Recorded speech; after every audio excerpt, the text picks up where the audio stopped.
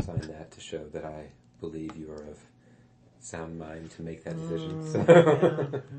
It's the afternoon,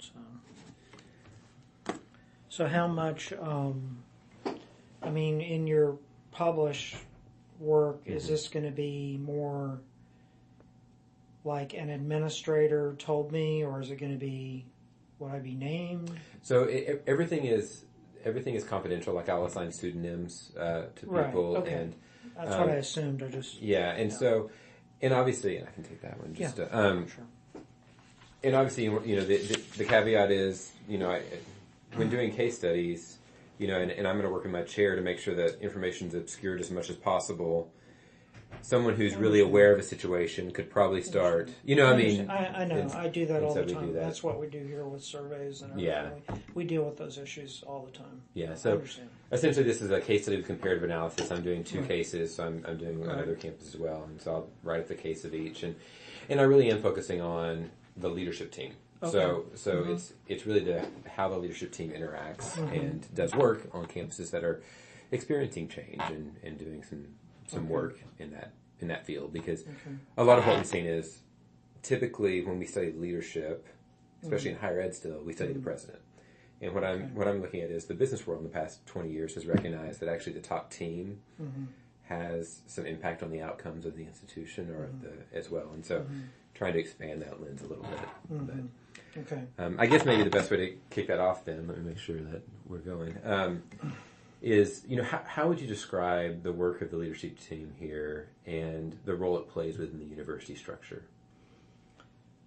Well, I think the team is very collaborative. I think the president is very much a team personality. I mean, he's obviously the leader. He has a direction. He has a vision. He has a focus. He's leading, but he's very much wanting to collaborate and hear the different voices on just about anything that comes up. I mean, obviously we have our lanes and we have our own, individual areas that we're responsible for that we might discuss one-on-one with him or one-on-one with the EVP and not necessarily bring it to the table, as it were. Especially now, since we're so much larger than we were. We have 9 on the team now. We used to have 5, I think. We've grown quite a bit. And we had one person that had like 3 hats, and, things have changed a little bit in the last year. But, I think the role, so it's collaborative, I would just say that. And I think the role in the university is,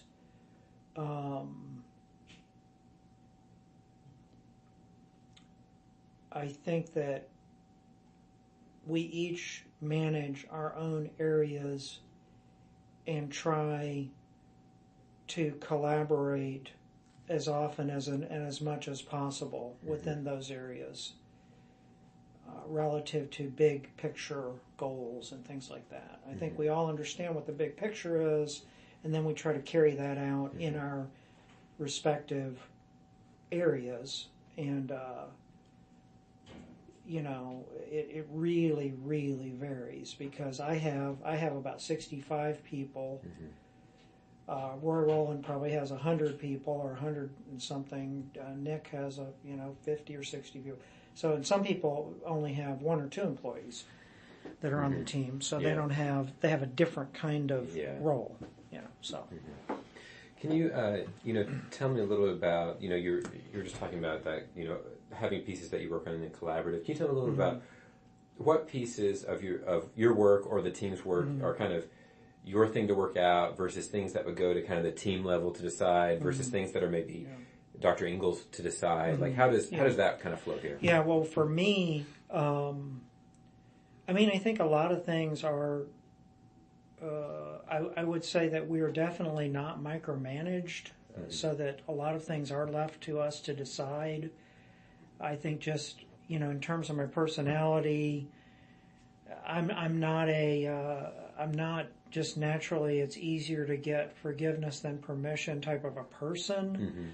So I tend to bring things to others maybe a little bit more than some others. Relative to my area, just the example is with accreditation, that's pretty much my deal. I'm the guy. I tell them how it is. I tell them what the problems are, what we're dealing with, what I need, how I'm going to fix it, how I'm going to keep us in compliance. And I don't get a lot of questions about that. It's an area that no one else really wants to deal with. And I'm willing to deal with it, and I know how to deal with it over the last 12 years I've learned. And I guess it's considered the same way, Roy Rowland is. We don't really tell him how to recruit students. That's what he does. And so I think everybody has a lot of freedom to run that, and I think that it is assessed periodically. I don't think it's critiqued unless there's a problem in anybody's area, particularly. I think if there's a problem, it could definitely be critiqued. But unless a problem surfaces, it's probably not going to be critiqued. And if a problem kind of comes up, who or how does that critique or feedback happen? Well, for me, I guess I'm one of the sources of the critique in terms of just data. So the data is fed, like we do surveys, we do NESI, we do SSI, which I'm sure you're familiar with. We do student focus groups, freshman focus groups, senior exit surveys, senior focus groups, and those. The whole data set's available, but usually it's just an executive summary, and we will do a few charts and a few graphs that show anything trending in a particular up or down, and then that comes to the attention of the president and the EVP. Usually, if it's real sensitive, it just goes to them, and then I think that critique would follow relative to something that's a concern. Yeah. Typically. Can you at least from what I've seen so far have kind of a unique role. Can you describe a little bit of what your role is and kind of how it works with some of the other areas? Yeah. It is unique. We had a problem with our accreditors before I came here. We had really didn't have any kind of a handle on assessment in general. When we were reviewed, our tenure, our decennial review in 2001, we had, 55 recommendations, and it took 3 years to finish and finally get the final letter, which was like 8 pages long because we were approved with severe slap on the wrist. And so, long story short, I was brought in 2006. I did some graduate work at Florida State on institutional research, essentially. And I came in here in 2006, and my role, I think, I think it was a factor of Southeastern very rapidly moving from a small Bible college that offered ministry degrees that weren't accredited into a relatively comprehensive university, not comprehensive university, but many, many, many more majors and offerings and professors, and everything had mushroomed from 99 to 09. We went from about 900 to 3,000. And as this thing mushroomed, the accreditation and compliance issues were just, we were woefully under-resourced and understaffed. And so my role kind of grew out of that and into